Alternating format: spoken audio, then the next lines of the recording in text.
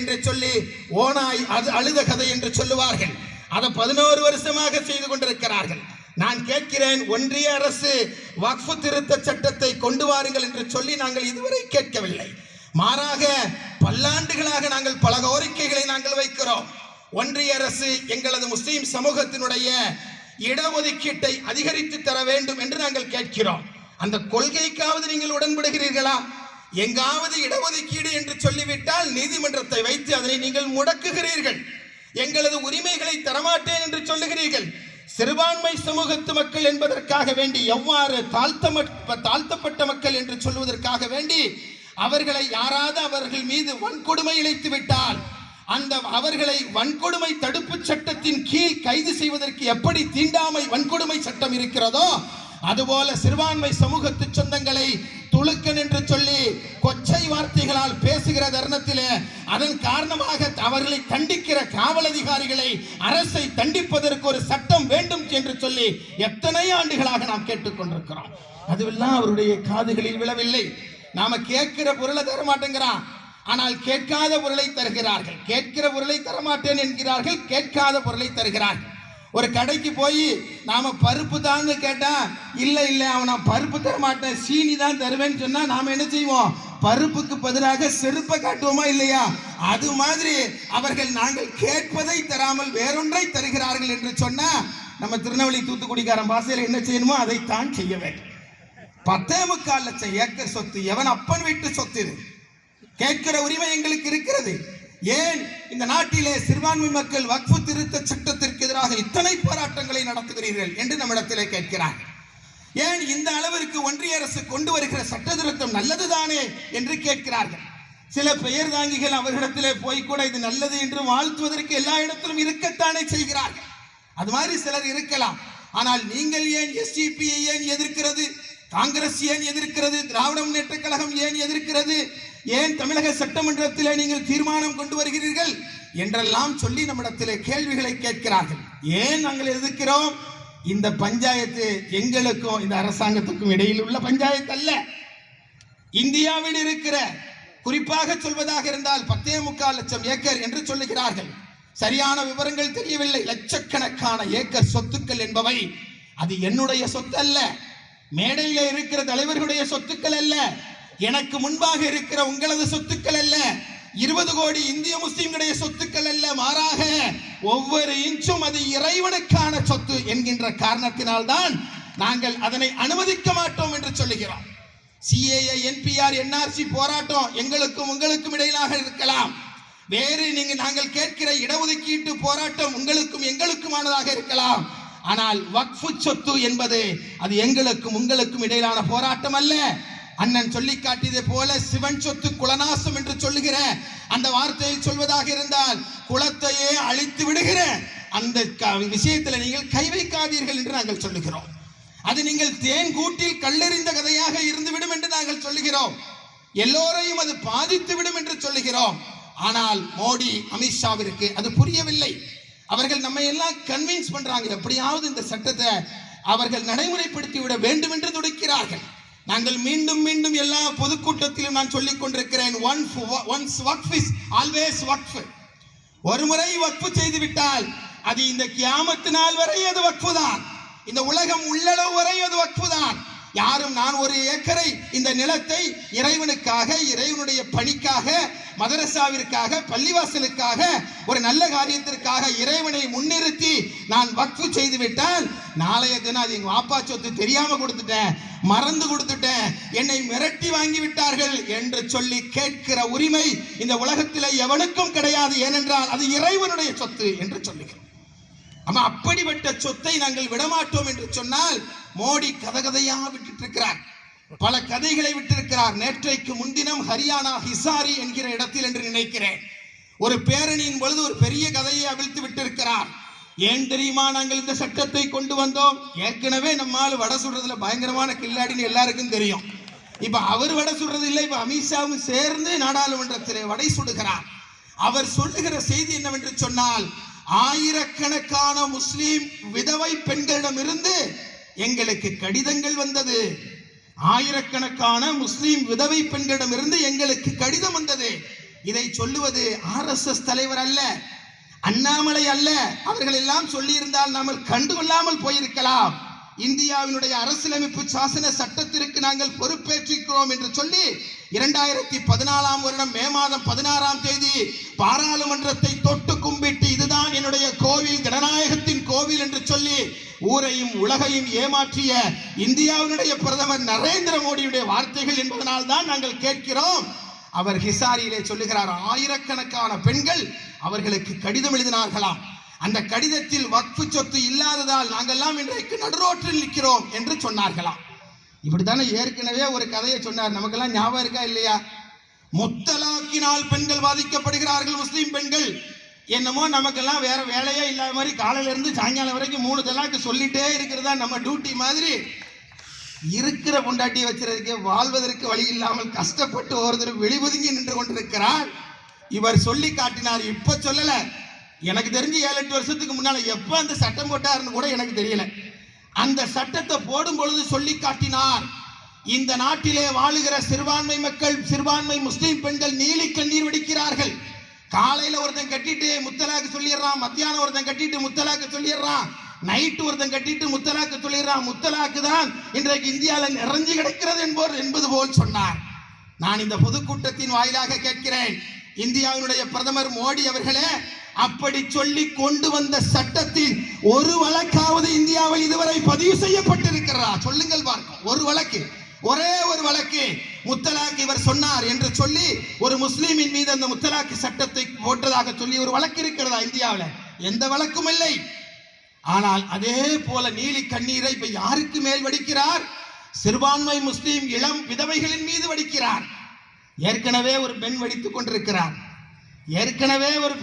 கொண்டிருக்கிறார், அதெல்லாம் பத்தி கவலைப்படல. இவர் சொல்லுகிறார், இங்க முஸ்லீம்கள் கண்ணீர் வடிக்கிறார்கள். நாங்க எல்லாரும் சேர்ந்து சொல்றோம், எங்க முஸ்லீம் சமுதாயத்தில் எங்க பெண்கள் கண்ணீர் வடித்தால் அவர்களை பார்ப்பதற்கு நாங்கள் இருக்கிறோம், எங்களுக்கு மோடியும் அமித்ஷாவும் எங்களுக்கு தேவையில்லை என்று நாங்கள் சொல்லுகிறோம். அப்படி சொல்லிட்டு தான் சொல்றாரு. நான் கேட்கிறேன், இந்த மேடையின் வாயிலா கேட்கிறேன், ஒரே ஒரு கடிதம் அப்படி ஒரு பெண் எழுதியதாக சொல்லி ஒரு கடிதத்தை காட்ட முடியுமா? என் முன்னால எத்தனையோ பெண்கள் இருக்குல்ல, கேள்விப்பட்டிருக்கீங்களா இப்படி ஒன்றை? இந்தியாவில் எங்காவது ஒரு மாநிலத்திலிருந்து கடிதம் போனது என்று சொல்லி நாடாளுமன்றத்தில் இல்லைங்க சொல்லியிருக்கணும். நாடாளுமன்றத்தில் சொல்லாம ஹிசாரியில ஒரு பேரணியில போய் சொல்லுகிறீர்கள் என்றால் உங்களுடைய யோக்கியதை இப்பவே எங்களுக்கு தெரிகிறது எங்களுக்கு. எனவே இவர்களுக்கு இந்த வக்ஃபு திருத்த சட்டத்தை கொண்டு வர வேண்டும் என்பதை எப்படி மக்களிடத்திலே சொல்ல போகிறோம் என்று தெரியாமல் இல்லாத பொல்லாத புருடாக்களை எல்லாம் விடுகிறார். அதோடு சேர்ந்து ஒரு கொச்சையான வார்த்தையை சொல்லியிருக்கிறார். இன்றைக்கு வக்ஃபு திருத்த சட்டம் மட்டும் வந்தால் இந்த நாட்டிலே இருக்கிற வக்ஃபு சொத்துக்கள் சரியான முறையில் பயன்படுத்தப்பட்டு முஸ்லீம்கள் எல்லாம் பெருங்கோடீஸ்வரனா ஆயிடுவாங்களாம். இல்லைன்னா இப்ப எல்லாரும் யாரா இருக்காங்களாம்? பஞ்சர் வாலாக்களா இருக்கிறாங்களாம். பஞ்சர் வாலான்னு என்ன அர்த்தம்? எல்லாரும் பஞ்சர் போடுறாங்களா, சைக்கிளுக்கு பஞ்சர் போடுறதை கண்டு இந்த மோடி அவர்கள் இன்றைக்கு கொதிக்கிறார், மனம் புழுங்குகிறார், என்ன செய்ய போகிறோம் என்று தெரியாமல் துடிக்கிறார். நம்ப முடியுமா நம்மளால? பஞ்சர் வாலாக்களால் நாங்கள் இருக்கிறோம் என்று நீங்கள் சொல்லுகிறீர்களே, எங்களை பஞ்சர் வாலாக்களாக மாற்றியது முதல்ல குற்றப்படுத்துகிற ஒரு பிரதமர் சொல்லுகிற செய்தி அல்ல. ஆனாலும் கூட நீங்கள் எல்லோரும் பக்கோடா விற்று பிழைத்துக் கொள்ளுங்கள் என்று ஒரு நாட்டில உலகத்தில் ஒரு பிரதமர் சொன்னார் என்று சொன்னால் இவரை தவிர அவர் எவரும் சொல்லி இருக்க மாட்டான். 130-142 கோடி இந்த நாட்டில வாழுகிற மக்களை பக்கோடா விற்று பிழைத்துக் கொள்ளுங்கள் என்று சொல்லுகிற ஒரு பிரதமர். நான் கேட்கிறேன், எதற்கு உங்களை பிரதமர் ஆக்கணும்? எங்களுக்கு வாழ்வும் வளமும் எங்களுக்கு அரசியலமைப்பு சட்டம் சொல்லுகிற அடிப்படையிலான உரிமைகளை, வேலையை, கல்வியை தருவதற்குத்தானே உங்களை நாங்கள் இந்தியாவுடைய பிரதமராக ஆக்கி. நாங்க ஓட்டு போடல அப்படின்னு நினைச்சிட வேண்டாம். ஓட்டு போட்டு பெரும்பான்மை மக்கள் கொண்டு வந்துட்டாங்க. இந்த நாட்டிலே வாழுகிற எல்லோரும் எனக்கு சமம் என்று சொல்லி ரகசிய காப்பு பிரமாண வாக்குமூலம் எடுத்துக்கொண்ட நீங்கள் எங்களுக்காக என்ன செய்தீர்கள் என்று சொன்னால், வக்ஃபு சொத்துனாலதான் எல்லாரும் ஏழ்மையா இருக்காங்க. நாங்கெல்லாம் வக்ஃபு சொத்தை வச்சு வருமானம் பார்க்கறாங்க நினைக்கிறோம். அது ஹராம் என்று சொல்லுகிறோம். அது எங்களது உடலோடு ஒட்டாது என்று சொல்லுகிறோம். வக்ஃபு சொத்துல ஒரு இஞ்சி கூட ஒருவனும் உபயோகப்படுத்த கூடாது என்பதுதான் இஸ்லாமிய நீதி. இந்தியாவுடைய உச்ச நீதிமன்றத்தில் போய் எல்லா வழக்கறிஞரும் சொல்லியிருக்கிறாங்க, ஜக்காத்து கொடுப்பது, சதக்கா கொடுப்பது, வக்ஃபு செய்வது என்பது முஸ்லிம்களுடைய ஈமான் இறைநெறியின் ஒரு பாகம்னு சொல்லியிருக்கிறாங்க. அப்படின்னா எங்களை என்ன சொல்ல வராரு? பஞ்சர் வாலாக்களா ஆக்குனது மட்டும் காணாது என்று சொல்லி கூடுதலாக எங்களை எல்லாம் வக்ஃபு சொத்தை திங்கிறவர்கள் என்று சொல்லுகிற இவரை நாம சும்மா விடலாமா? எப்படி சொல்லுகிறார் பாருங்கள், எவ்வளவு மோசம். பெண்கள், முஸ்லிம் பெண்கள், விதவை பெண்கள் எங்களுக்கு கடிதம் எழுதினார்களே என்று சொன்னார்களே, அதுல ஒரு கேள்வி இருக்கிறது. உண்மையிலே எழுதியிருப்பாங்க. யார் எழுதியிருப்பா? உங்களது சகா, வலது சகாவாக இருக்கிற அமித்ஷா குஜராத்தில் ஒரு என்கவுண்டர் நடத்தினார். அந்த என்கவுண்டரில் கொலை செய்யப்பட்டவரின் பெயர் சொஹராபுதீன். அந்த சொஹராபுதீன் என்கவுண்டரை செய்த காரணத்திற்காக வேண்டித்தான் அவர் குஜராத்திற்குள் நுழையக்கூடாது என்று சொல்லி இந்தியாவினுடைய பம்பாய் நீதிமன்றம் உத்தரவிட்டதன் விளைவாக உத்தரப்பிரதேசத்திலே தங்கியிருந்தார். அப்பொழுதுதான் 2014 பாராளுமன்ற தேர்தல் வந்தது. அங்கே மக்களை மதங்களாக பிளவுபடுத்தினார், வெற்றியை சாத்தியப்படுத்தி காட்டினார். அப்பதான் அமித்ஷா யாருன்னு எல்லாருக்கும் தெரிகிறது. அந்த சொஹராபுதீன் சகோதரன், அவருடைய மனைவி கடிதம் எழுதினார்களா உங்களுக்கு? 2000 பேரை 2002 நீங்கள் படுகொலை கலவரத்தின் மூலமாக படுகொலை செய்தீர்களே, அந்த படுகொலை செய்த அந்த கலவர நிகழ்வை 2014 பிரதமர் வேட்பாளராக, குஜராத்தினுடைய முதலமைச்சராக நீங்கள் நிறுத்தப்பட்ட பொழுது உங்களிடத்திலே கேட்டார்களே பத்திரிகையாளர்கள், 2000 பேர் படுகொலை செய்யப்பட்டார்களே, அந்த நிகழ்வை பற்றி நீங்கள் என்ன நினைக்கிறீர்கள் என்று கேட்ட பொழுது, நான் ஒரு காரிலே சென்று கொண்டிருக்கிறேன், அந்த காரினுடைய பின் சக்கரத்திலே ஒரு நாய்க்குட்டி அடிபட்டால் எனக்கு என்ன உணர்வு ஏற்படுமோ அந்த உணர்வு தான் 2000 பேரை கொலை செய்த அந்த நிகழ்வு எனக்கு ஏற்படுத்தியது என்று சொன்னால், உங்களது உள்ளம் எப்படிப்பட்ட உள்ளமாக இருக்கிறது? உங்களது உள்ளம் எப்படி மோசமானதாக இருக்கிறது? இதையெல்லாம் கேட்பதற்கு நாங்கள் கடமைப்பட்டோம். இந்தியாவுடைய பிரதமரிடத்திலே கேட்கிறோம். நீங்கள் தான் இந்த சட்டத்தை கொண்டு வருகிறீர்கள் என்பதற்காக வேண்டி கேட்கிறோம். எனவே வக்ஃபு சொத்து என்பது, அதை நாங்கள் பாதுகாக்கவில்லை, இறைவன் பாதுகாக்கிறான். எவ்வாறு காபா ஆலயத்தை இடிக்க வந்த பொழுது அங்கே அபாபிகள் நின்று அவற்றை பாதுகாத்ததோ, அதுபோல இந்தியாவில் இருக்கிற அத்தனை வக்ஃபு சொத்தையும் பாதுகாக்கிற பொறுப்பை இறைவன் எடுத்திருக்கிறான். நாங்கள் எல்லாம் அதனுடைய வழியாக நாங்கள் இன்றைக்கு செயல்பட்டுக் கொண்டிருக்கிறோம். எனவேதான் சொல்லுகிறோம், வக்ஃபு சொத்து என்பது நம்முடைய சொத்து அல்ல. அதில் நீங்கள் எந்த சட்டங்களையும் கொண்டு வாருங்கள். உச்ச நீதிமன்றத்திலே அற்புதமான விவாதங்கள் நடந்து கொண்டிருக்கிறது. இன்றைய தினம் கொடுக்கப்பட்ட தீர்ப்பு இன்றைய தினமே நிறுத்தி வைக்கப்பட்டிருக்கிறது. நாளைக்கு என்ன தீர்ப்பு வரும் என்று சொல்லி இறைவனுக்கு தான் தெரியும். ஆனால் நீதிமன்றங்கள் நமக்கு நீதி வழங்கும் என்று மட்டும் நம்முடைய வரலாற்றிலே இதற்கு முன்பு நாம் பார்க்கவில்லை. மக்கள் மன்றம் தான் என்றைக்கும் நமக்கு நீதி செலுத்தி இருக்கிறது. நீதிமன்றம் நீதி செலுத்த வேண்டும் என்பதிலே எங்களுக்கு எந்த மாற்று கருத்தும் இல்லை. நீதி செலுத்த வேண்டும் என்று நாங்கள் சொல்லுகிறோம். ஆனால் இடித்தவனுக்கே பாபரி மஸ்ஜித் அல்ல ராமர் கோவில் சொந்தம் என்று சொன்ன நீதிமன்றங்களுடைய வரலாற்று கதைகள் எல்லாம் நாம் பார்த்திருக்கிறோம். ஆனாலும் கூட மக்கள் மன்றத்திலே நின்று தொடர்ந்து போராடுவதன் விளைவாகத்தான் இந்தியாவிலே 3 வேளாண் சட்டங்களை கொண்டு வந்தார்களே, அந்த 3 வேளாண் சட்டங்களுக்கு எதிராக இந்தியாவினுடைய டெல்லி நகரத்தை ஏறத்தாழ 1 ஆண்டுகளாக முடக்கி 700 உயிர்களை இழந்து விவசாயிகள் 3 சட்டங்களும் பின்வாங்கப்பட்டது என்று சொல்லுகிற வரலாற்றை உருவாக்கினார்களே, அந்த வரலாறு நம் முன்பு ஒரு முன்னுதாரணமாக நமக்கு இருக்கிறது. போராடினால் வெற்றி உண்டு. ஓடாத மானும் போராடாத மனிதனும் இந்த உலகத்தில் வாழ்ந்ததாக சரித்திரம் இல்லை என்று சொல்வார்களே, அப்படி யார் போராடுகிறாரோ, சட்டத்தின் அறவழியின் அடிப்படையிலே போராடுகிறாரோ, அவர் நிச்சயமாக வெற்றி பெறுவார் என்பதற்கான உதாரணமாக 3 வேளாண் சட்டங்கள் திரும்ப பெறப்பட்ட அந்த நிகழ்வு நமக்கு ஒரு முன்னுதாரணமாக நமக்கு இருக்கிறது. அன்பிற்கினிய அன்பு சொந்தங்களே, இந்த சட்டத்தினுடைய பிரிவை பற்றி எல்லோரும் மிக விரிவாக பேசி காட்டிவிட்டார்கள். ஆனால் நாடாளுமன்றத்திலும் அதுபோல உச்ச நீதிமன்றத்திலும் பேசப்படுகிற ஒரு செய்தி மிக முக்கியமான செய்தி. என்ன செய்தி? 5 ஆண்டுகள் ஒருவர் வக்ஃபு நிலத்தை ஒருவர் வழங்குகிறார் என்று சொன்னால் அவர் 5 ஆண்டுகள் வரை பிராக்டிசிங் முஸ்லீமாக இருந்தார் என்று நிரூபிக்க வேண்டுமா? அது என்ன அர்த்தம்? 5 ஆண்டுகளா நாம் பிராக்டிசிங் முஸ்லீமா? என்ன பிராக்டிசிங் முஸ்லீமு? தொப்பி போட்டதுனால பிராக்டிசிங் முஸ்லீமா? 5 வேளை தொழுதுனால பிராக்டிசிங் முஸ்லீமா? நோன்பு பிடித்ததுனால பிராக்டிசிங் முஸ்லீமா? உம்ரா போனதால, ஹஜ்ஜி போனதால பிராக்டிசிங் முஸ்லீமா? அதற்கு என்ன வரைமுறை இருக்கிறது? என்ன வரையறை இருக்கிறது? யார் பிராக்டிசிங் முஸ்லீம்? எதற்காக இந்த பிரிவு? அதைத்தான் உச்ச நீதிமன்றம் கேட்டிருக்கிறது. 5 ஆண்டுகள் ஒருவர் பிராக்டிசிங் முஸ்லீமாக இருக்க வேண்டும் என்று சொன்னால் அதனுடைய வரையறை என்ன என்று கேட்டிருக்கிறார்கள். 2 முஸ்லீம் அல்லாதவர்களை நீங்கள் அங்கே கொண்டு வர வேண்டும் என்று நினைக்கிறீர்களே, அதே மாதிரிதான் இந்து அறநிலையத்துறையிலும் 2 முஸ்லீம் அல்லாதவர்கள், 2 ஹிந்து அல்லாதவர்கள் அங்கே கொண்டு வர வேண்டும் என்று சொல்ல முடியுமா என்று கேட்டிருக்கிறார். பாகிஸ்தானிலே இந்து அறநிலையத்துறை இருக்கிறது. அந்த பாகிஸ்தானிலே இருக்கிற இந்து அறநிலையத்துறையில 2 முஸ்லிம்கள் அங்கே உறுப்பினர்களாக இல்லை. முழுக்க முஸ்லிம் நாடு என்று சொல்லுகிற நாட்டிலே செயல்படுகிற இந்து அறநிலையத்துறையிலே கூட அங்கிருக்கிற பெரும்பான்மை மக்கள் இல்லை.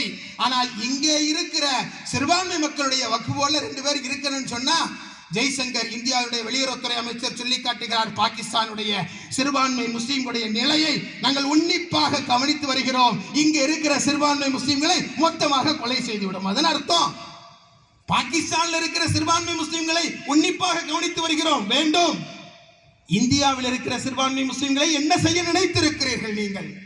இந்த சட்டம் என்பது நிச்சயமாக இனப்படுகொலையினுடைய ஒரு பகுதி. அது சிஏஏ, என்பிஆர், என்ஆர்சி எவ்வாறு இனப்படுகொலையினுடைய ஒரு பகுதியோ அதுபோல வக்ஃப் திருட்டு சட்டம் என்பதும் அது இனப்படுகொலையினுடைய ஒரு பகுதி.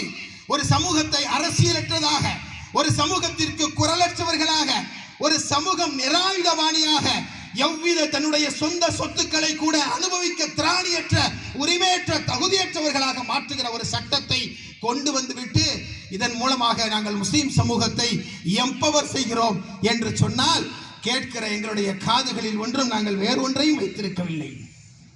அதான் உண்மை. அதோடு சேர்ந்து சரி, ஓகே, நாங்கள் வக்ஃப் சட்டத்தை கொண்டு வருவதற்கு இன்னும் சில காரணங்களை நீங்கள் சொல்லுகிறீர்கள்.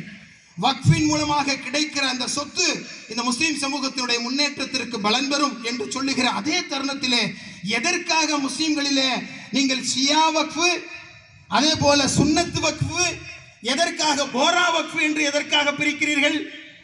வக்ஃப் என்று சொன்னால் இறைவனுக்காக கொடுக்கிற வக்ஃப் தானே.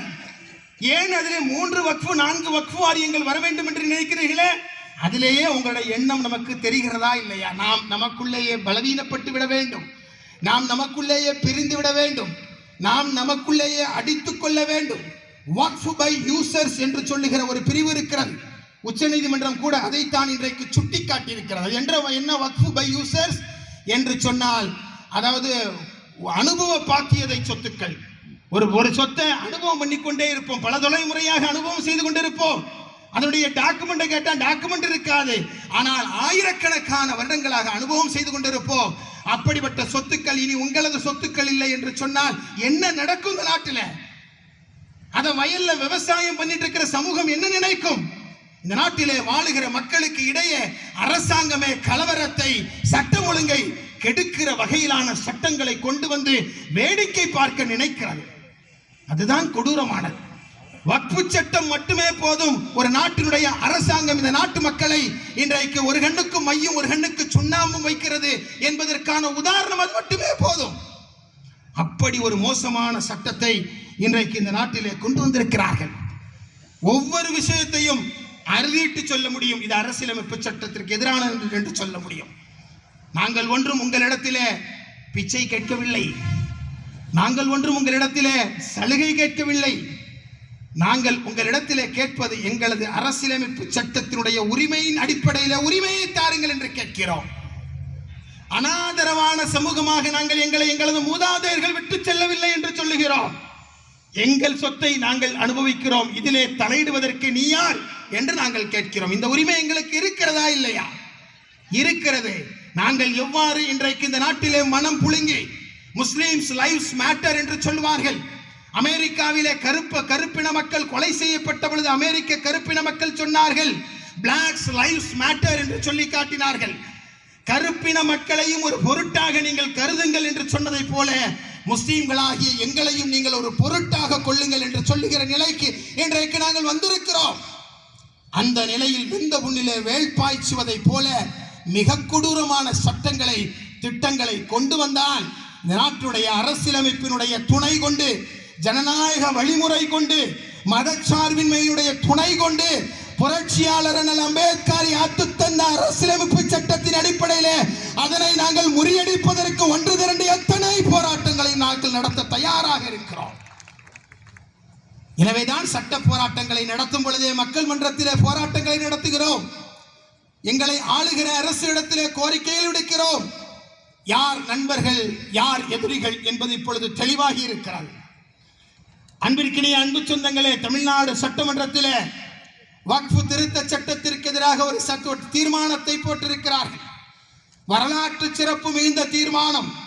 இந்தியாவினுடைய வரலாற்றிலே ஒரு முதலமைச்சர் சட்டமன்றத்திலே இருந்து கொண்டு வக்ஃபு திருத்த சட்டத்திற்கு எதிராக சட்டமன்றத்திற்கு உள் குரல் எழுப்பினார் என்று சொல்லுகிற வரலாறு இன்றைக்கு தமிழ்நாட்டிலே படைக்கப்பட்டிருக்கிறது என்று சொல்லி தமிழக முதல்வரை நேரடியாக சந்தித்து நன்றி தெரிவித்தோம், எங்களது பாராட்டுக்களை தெரிவித்தோம், எங்களது வாழ்த்துக்களை தெரிவித்தோம். இந்தியாவே திரும்பி பார்க்கிற சிறுபான்மை சமூகத்துக்கு மட்டுமல்ல, இந்த திராவிட இனத்தை தமிழ் இனத்தை முன்னேற்றுவதற்கான செயல்பாடுகளை செய்தமைக்காக எங்களது நெஞ்சார்ந்த நன்றியினை நாங்கள் சொல்லி காட்டினோம். சட்டமன்றத்தில் பாஜகவை தவிர எல்லோரும் அன்றைக்கு அதனை ஆதரித்தார்கள். அதிமுக பாட்டாளி மக்கள் கட்சி என்று சொல்லி பாஜகவின் கூட்டணியில் அங்கம் வகிக்கிற இன்றைக்கு அங்கம் வகிப்பவர்கள் கூட அன்றைக்கு அதனை ஆதரித்தார்கள். SDP கட்சி பெருமுயற்சியினை இதற்காக வேண்டி எடுத்தது.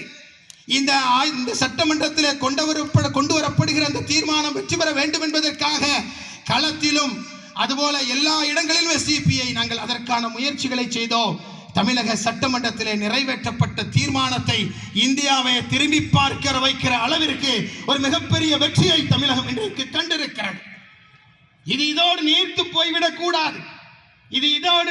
போய்விடக் கூடாது. மாறாக தொடர்ந்து இந்த சட்டத்திலே சிறுபான்மை மக்கள், ஜனநாயக சக்திகள், அரசியலமைப்பு சட்டத்தை அடிப்படையாக கொண்ட அரசியல் கட்சிகள் வெற்றி பெற்றது என்கிற வரலாற்றை தருவது மட்டுமல்ல, இந்த நாட்டிலே மோடி, அமித்ஷா என்பவர்கள் அவர்கள் நினைத்ததெல்லாம் இந்த நாட்டிலே நடக்கும் என்கின்ற அந்த நிலைக்கு முற்றுப்புள்ளி வைக்கிற விதமாக வக்ஃபு திருத்த சட்டத்திலே நிச்சயமாக சிறுபான்மை மக்கள், ஜனநாயக சக்திகள் வெற்றி பெறுவார்கள். அடுத்து காயல்பட்டத்திலே நடக்கிற கூட்டம் என்பது அந்த வெற்றிக்கு பாராட்டு தெரிவிக்கிற கூட்டமாக இந்தியா முழுவதும் நடக்கிற ஒரு நாள் என்பது விரைவில் இல்லை. எனவே அதனை நோக்கி நகர்கிற ஒரு காலமாக இந்த காலம் இருக்கிறது. இந்தியா முழுவதும் இன்றைக்கு அச்சத்தின் பால் எல்லா மக்களும் இருக்கிறார்கள். அச்சத்தில் இருந்து அந்த மக்களை விடுவிக்க வேண்டியது இருக்கிறது. எனவேதான் SDP கட்சி பசியிலிருந்து விடுதலை, பயத்திலிருந்து விடுதலை என்கிற முழக்கத்தை முன்வைத்து நாங்கள் போராட்டத்தை நடத்தி கொண்டிருக்கிறோம். SDP கட்சிக்கும் பல்வேறு நெருக்கடிகளை தந்தார்கள். போராடுகிற எல்லோருக்கும் நெருக்கடிகளை தந்திருக்கிறார்கள். நெருக்கடிகளால் எங்களது குரல் வலையை இனி நெரிக்க முடியாது. அது பழைய சிவாஜி படத்தோட முடிந்து போய்விட்டது என்று சொல்லுகிற வகையில வலுவான குரல்களை இந்தியா முழுவதும் இன்றைக்கு எல்லோரும் எழுப்பிக் கொண்டிருக்கிறார்கள். ஒரு நம்பிக்கை விதைக்கப்பட்டு கொண்டிருக்கிற காலமாக இன்றைக்கு இதனை நாம் பார்க்கிறோம். எனவே வக்ஃபு திருட்டு சட்டத்திற்கு எதிராக இந்தியா முழுவதும் மக்கள் மன்றங்களிலும் அதுபோல கிடைக்கிற வாய்ப்புகள் அத்தனையிலும் போராட்டங்கள் நடத்தப்பட வேண்டும். அந்த போராட்டங்களின் மூலமாக இந்தியாவிலே வாழுகிற மக்கள் அனைவரும் நிம்மதியாக இனிவரக்கூடிய காலங்களிலே வாழ்வதற்கான சூழல் உருவாக்கப்பட வேண்டும் என்று சொல்லி இந்த தருணத்திலே அதற்கான துவக்க புள்ளியாக நான் மீண்டும் சொல்லுகிறேன், தமிழகத்திலேயே ஷாஹீன்பாக் போராட்டத்தை மீண்டும் நினைவுபடுத்துகிற வகையில் இந்தியாவினுடைய தெற்கு மாவட்டமான தூத்துக்குடி மாவட்டம் காயல்பட்டினம் கடற்கரை பகுதியில் எங்களது அருமைக்குரிய காக்காமார்கள் மிக அற்புதமானது ஒரு துவக்கத்தை நீங்கள் துவங்கி இருக்கிறீர்கள். என்னை பொறுத்தவரை மூன்றாவது கூட்டம் நடத்துகிற கூட்டமே அது வெற்றி விழா கூட்டமாக அமைய வேண்டும் என்று சொல்லி நான் பிரார்த்திக்கிறேன். அப்படிப்பட்ட வலுவான இந்த கூட்டத்திற்கு ஏற்பாடு செய்த காயல்பட்டினம் ஐக்கிய பேரவையினுடைய நிர்வாகிகளுக்கும் இங்கே கலந்து கொண்டிருக்கிற அனைத்து கட்சியினுடைய பிரமுகர்களுக்கும் என்னோடு உரையாற்றிய நம்முடைய சொந்தங்கள் அத்தனை பேருக்கும் SDP-யின் சார்பில் நெஞ்சார உங்கள் அனைவருக்கும் எங்களுடைய நன்றியை தெரிவித்துக் கொண்டு மீண்டும் ஒரு போராட்ட களத்திலே உங்களை சந்திப்போம். அதுவரை நாம் பொறுப்போம், போராடுவோம். ஓடாத மானும் போராடாத மனிதனும் இந்த உலகில் வாழ்ந்ததாக சரித்திரமில்லை என்கிற